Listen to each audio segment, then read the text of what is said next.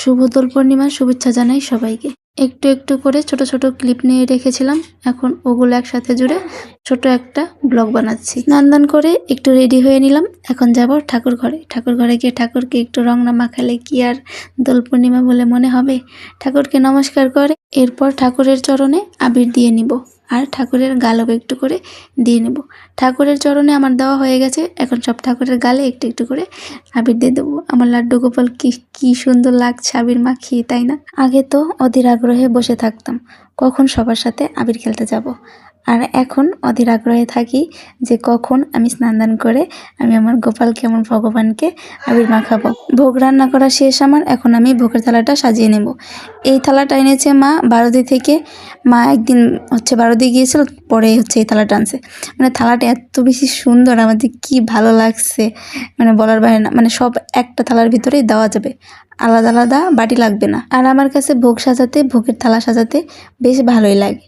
এরপর ভোগের থালা সাজিয়ে পুজো দিয়ে নেব। আর এই পুজো দেওয়ার সময় না আমার কেন জানি না ভিডিও করতে কোনো ইচ্ছাই করে না, তাই আর আমি কোনো ভিডিও করিনি। ভোগের থালা সাজিয়ে এখন ঠাকুরের সামনে ভোগের থালাটা নিবেদন করব।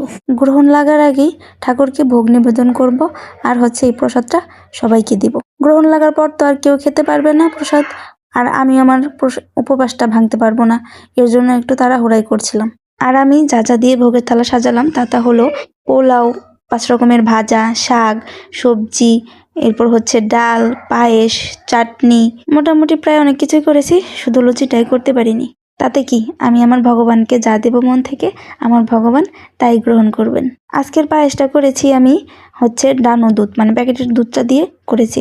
লিকুইড দুধটা পাইনি, এর কারণে প্যাকেটের দুধ কিনে এনে তারপর পায়েসটা রান্না করেছি। আর আজকে ভাগ্যিস মা সব কিছু কেটে বেটে রেখেছিল, তাই তো আমি তাড়াহুড়া করে রান্না বান্নাগুলো শেষ করতে পেরেছি। কেউ একটু কেটে বেটে দিলে রান্নাটা না তাড়াতাড়ি হয়ে যায়, একা হাতে সব কিছু করতে গেলে কেমন যেন একটা হিমশিম খেয়ে যাই। আজকে গ্রহণ লেগে যাবে, এর জন্য শুধু আজকে ভোগই দেব।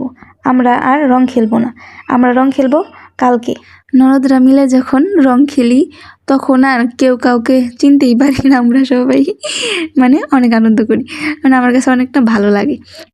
বাবার বাড়িতে যেরকম আর কি রং খেলতাম, এই বাড়িতে এসেও সবার সাথে এরকমভাবে রং খেলি। জীবনের এটাই তো আনন্দ, আর কি লাগে, সবার সাথে মিলেমিশে একসাথে থাকবো, এটাই আনন্দ। প্রায় আমি 2টার পরে আমি আমার উপোসটা ভাঙছি, যার কারণে শরীরটা অনেক ক্লান্ত ছিল। পরে আমি একটু ঘুমাই নিছি দুপুরবেলা, আর এর কারণে ভিডিওটা এডিট করা পোস্ট করা হয়নি। এখন ভিডিওটা এডিট করে নিলাম, আর এই তো আমার ভোগের থালা সাজানো শেষ। দেখো আমার ভোগের থালাটা কি সুন্দর লাগছে, তাই না? এখন ঠাকুরকে নিবেদন করব। ঠাকুরকে পূজা দেওয়া শেষ, এরপর সবাইকে প্রসাদ দিয়ে আসলাম।